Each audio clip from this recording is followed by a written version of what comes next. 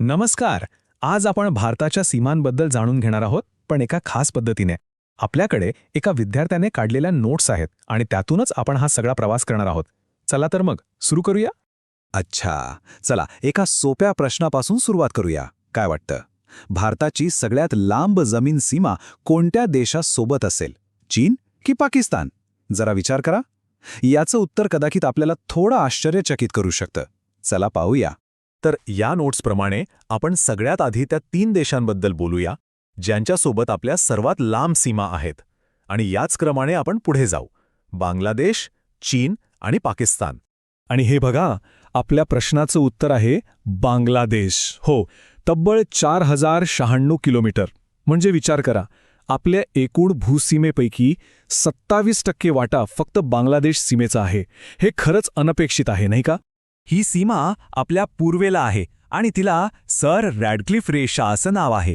बरं, ही सीमा आसाम, मेघालय, मिझोराम, त्रिपुरा आणि पश्चिम बंगाल अशा 5 राज्यांना लागून आहे. म्हणूनच ती इतकी लांब आणि थोडी गुंतागुंतीची सुद्धा आहे. आता यादीत दुसरा क्रमांकावर आहे चीन. चीनसोबतची आपली सीमा आहे 3488 किलोमीटर. म्हणजे बांगलादेशपेक्षा थोडी कमी, पण तरीही आपल्या एकूण भूसीमेचा 23% भाग व्यापते.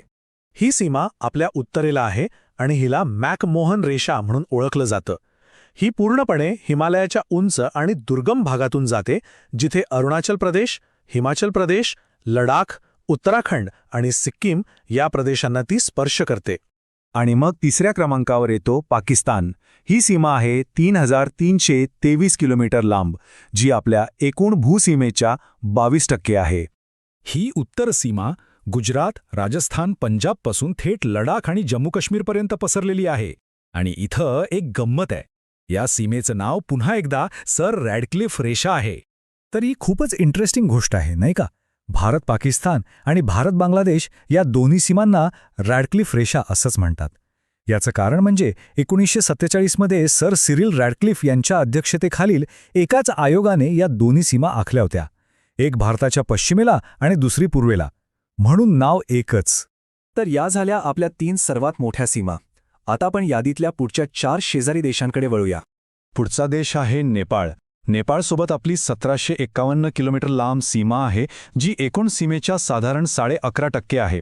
आणि हो, या नोट्समध्ये या सीमेला कुठलंही विशेष असं अधिकृत नाव दिलेलं नाहीये. नेपाळला लागून असलेली आपली उत्तर सीमा तब्बल 5 राज्यांना जोडते. यात बिहार आणि उत्तर प्रदेशचा सपाट मैदानी प्रदेश आहे, तर उत्तराखंड, सिक्कीम आणि पश्चिम बंगालचा पहाडी भागही आहे. आता जरा पूर्वेकडे जाऊया, म्यानमारकडे. ही सीमा 1643 किलोमीटर लांब आहे, म्हणजे आपल्या एकूण भूसीमेच्या जवळपास 11%. ही सीमा पूर्णपणे आपल्या ईशान्य भारतात आहे, जिथे अरुणाचल प्रदेश, नागालँड, मणिपूर आणि मिझोराम ही 4 राज्य म्यानमारला लागून आहेत. ओके, आता बोलूया भूतानबद्दल. इथे बघा, सीमेची लांबी एकदम कमी झाली आहे. फक्त 713 किलोमीटर, जी एकूण सीमेच्या 4.5%च आहे. आधीच्या देशांच्या तुलनेत हा फरक खूप मोठा आहे. भूटानसोबतच्या सीमेला आपली 4 राज्य लागून आहेत: अरुणाचल प्रदेश, आसाम, सिक्कीम आणि पश्चिम बंगाल. लक्षात घेतलं तर यापैकी काही राज्यांची नावं आपण चीन आणि बांगलादेशच्या सीमेवेळी पण ऐकली होती. आणि आता आपण आलोय सगळ्यात लहान भूसीमेकडे, अफगाणिस्तान. फक्त 106 किलोमीटर, म्हणजे आपल्या एकूण सीमेच्या 1%पेक्षाही कमी. ही लहानशी पण सामरिकदृष्ट्या खूप महत्वाची सीमा आपल्या वायव्य दिशेला आहे. ती फक्त लडाखला स्पर्श करते. आणि या सीमेला ड्युरंड रेषा असं म्हणतात, जी ब्रिटिश काळात ठरवण्यात आली होती. ठीक आहे, आत्तापर्यंत आपण खूप आकडे आणि माहिती पाहिली, पण हे सगळं नकाशावर कसं दिसतं? चला, आता आपण या विद्यार्थ्याने काढलेल्या नकाशावरच ही सगळी माहिती एकत्र पाहूया, म्हणजे चित्र अजून स्पष्ट होईल. आणि हा आहे तो नकाशा.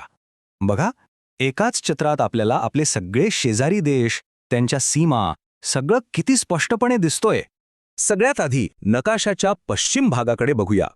हा बघा, गुजरातच्या किनाऱ्यापासून सुरू होऊन थेट लडाखपर्यंत पसरलेला हा पट्टा.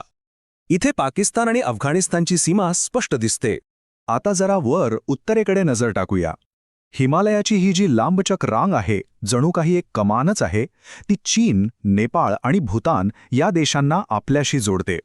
आणि आता शेवटी येऊया पूर्वेकडे. नकाशाचा हा भाग थोडा गुंतागुंतीचा दिसतो नाही का?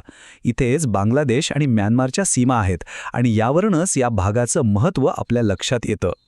आणि शेवटी एक विचार मनात येतोच की या ज्या सीमा आहेत त्या फक्त नकाशावरच्या रेषा नाहीत. त्या दररोज लाखो लोकांच्या जीवनावर, त्यांच्या संस्कृतीवर, त्यांच्या भविष्यावर थेट परिणाम करतात. या रेषा त्यांच्या आयुष्याला नक्की कसा आकार देत असतील? विचार करण्यासारखी गोष्ट आहे.